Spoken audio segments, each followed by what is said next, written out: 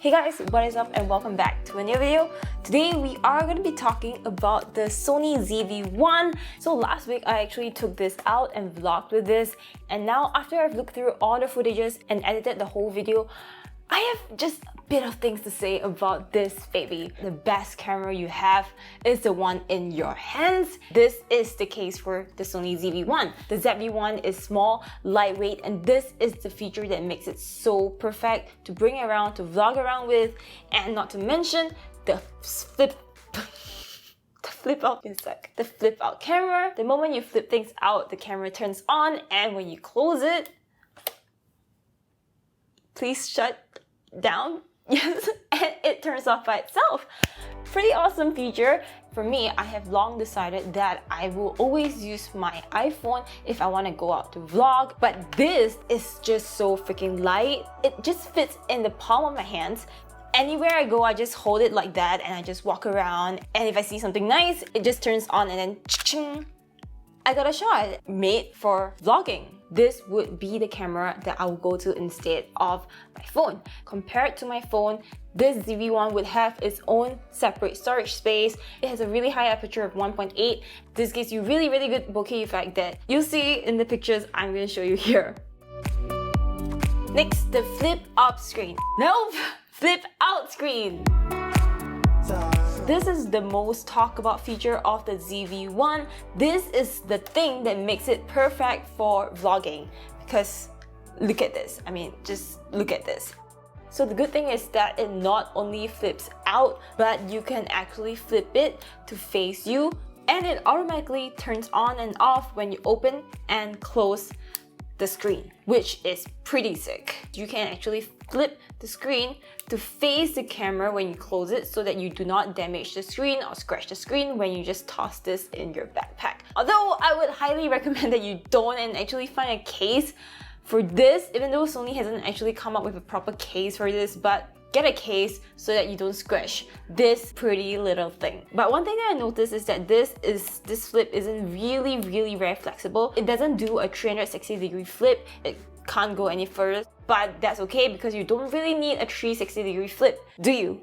And one thing that I noticed is that when it closes like this, a few hairs get clipped off the wind muff, and you can see it here, and it's just a little bit annoying. So next, the wind muff, or do you call it windshield? Basically, its fluffy little ball head here is my next favorite thing. This is probably the first Sony camera that comes along with a wind muff, and I feel like this is a really awesome idea because instead of getting an external mic that has a dedicated windshield too, this actually minimizes the setup, making it super duper compact. The internal mic in this camera is actually pretty good.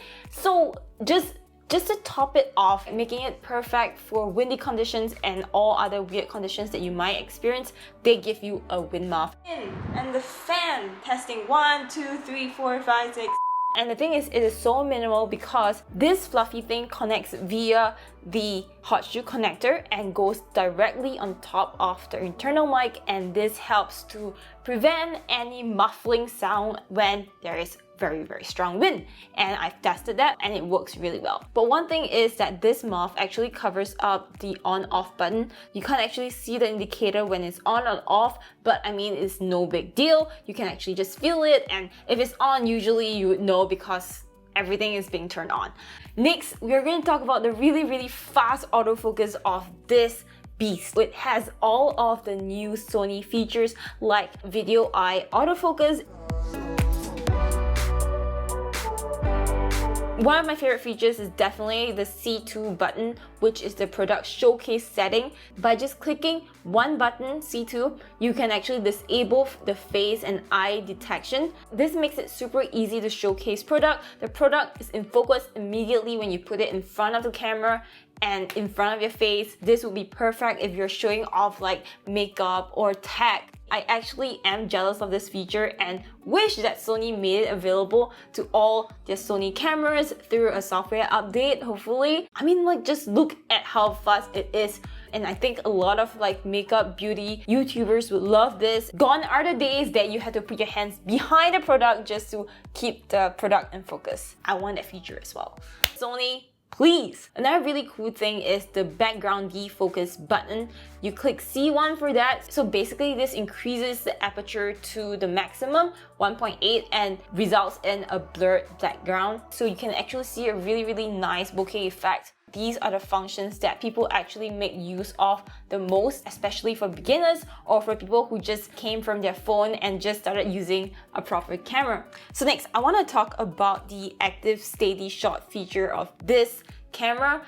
This is just my opinion. I think that this should not be turned on at all. Firstly, when you turn it on, it actually crops in and makes your face way bigger, especially when you are vlogging. As I was editing the day in the life video, steady shot was on and it was cropped in, so my face became like big. And it gets annoying because sometimes I want to show off what goes on in my background, and also because of insecurities. Yeah, when I was vlogging with this, I did not intentionally make sure that my hands were steady or stable. I just filmed like how I would do with my phone. With how I was using the ZV-1, I felt like the active steady shot wasn't super impressive. And this is where I would say that this shooting grip would come into place.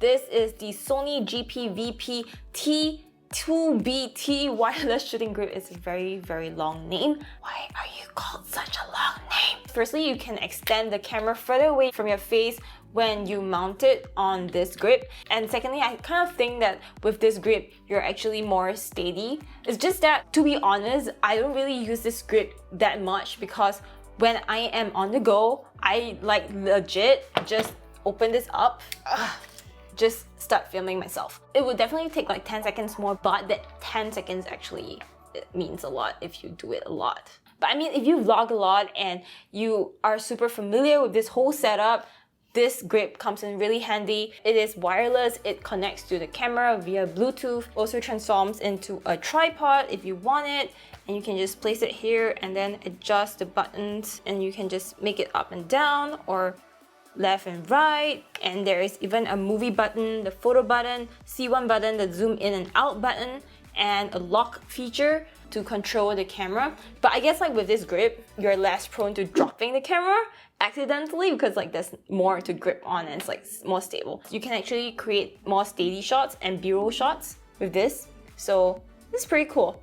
This is actually 138 USD, and I think it's pretty worth it to get it if you're someone who vlogs a lot. So another thing that I found is that there is no S and Q mode in this Sony camera, and I'm kind of surprised. For those of you who don't know what S and Q is, it's actually a feature in the A6400 which actually allows you to create time-lapse on the camera without having to go through post-processing. As long as you're in the S and Q mode and in the right settings, you just click one button and time-lapse is created for you. This doesn't have that feature. So in order to create a time-lapse, you actually have to go through interval shooting, which basically takes a lot of pictures, and after that you have to take those pictures and combine them in post, bringing them to Lightroom, edit the colors, and then bring them back to Final Cut Pro and then create a little short time lapse. And that's quite a lot of post-processing to learn if you are a beginner. So I thought that with this camera, at least they would give you an S and Q mode. A lot of entry-level photographers or people who just got into camera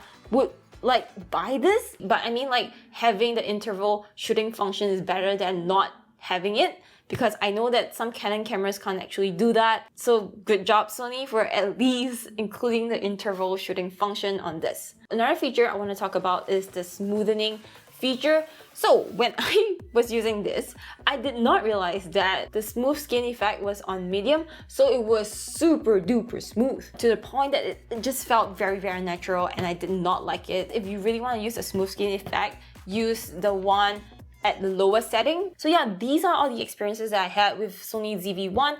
I feel like this camera is perfect for beginners or for people who want to start using camera and don't want to like break the bank for a proper camera. This is the one for you. It is great for vlogging, although I would definitely get an external mic for this setup because I am not that big of a fan of the internal mic audio quality when it's indoors. This is also a very good traveling camera because it is so freaking light. I feel like this whole setup is lighter than what I have on my A6400, almost as light as a phone. I think my phone is about 100 plus grams and this is about 280 grams. freaking light, it fits in your palm, and this setup is just so freaking small. Key selling points of this camera. And also because this is a point and shoot and not a mirrorless camera or DSLR, it has actually fewer pages in its menu. This makes it much easier for beginners to actually start learning about cameras. This doesn't overwhelm people. But I mean, yes, this is a point and shoot, so it is supposed to be simple and convenient and compact. But just one thing to note, like, this is it. You can't have interchangeable lens for this camera. You can't really upgrade this camera anymore. But it serves its purpose and I like it. So even though this isn't mine, but it belongs to one of my best friends, so I'm still happy that this is still kind of in the family. Even though I have to give this back, it will still be used. I still can play around with it. Big shout out once again to my awesome friend who loaned this to me to play with it and to test it out. This is probably one of my favorite vlogging camera, my go-to if I'm traveling. But yeah, let me know what you think. What kind of cameras do you use? Do you use phones like me? Or will you be interested in things like this? I look forward to reading your comments, and don't forget to click the subscribe button for more videos like this and hit the bell so that you don't miss anything. I'll see you guys in my next video. Stay minty and cherry. Goodbye.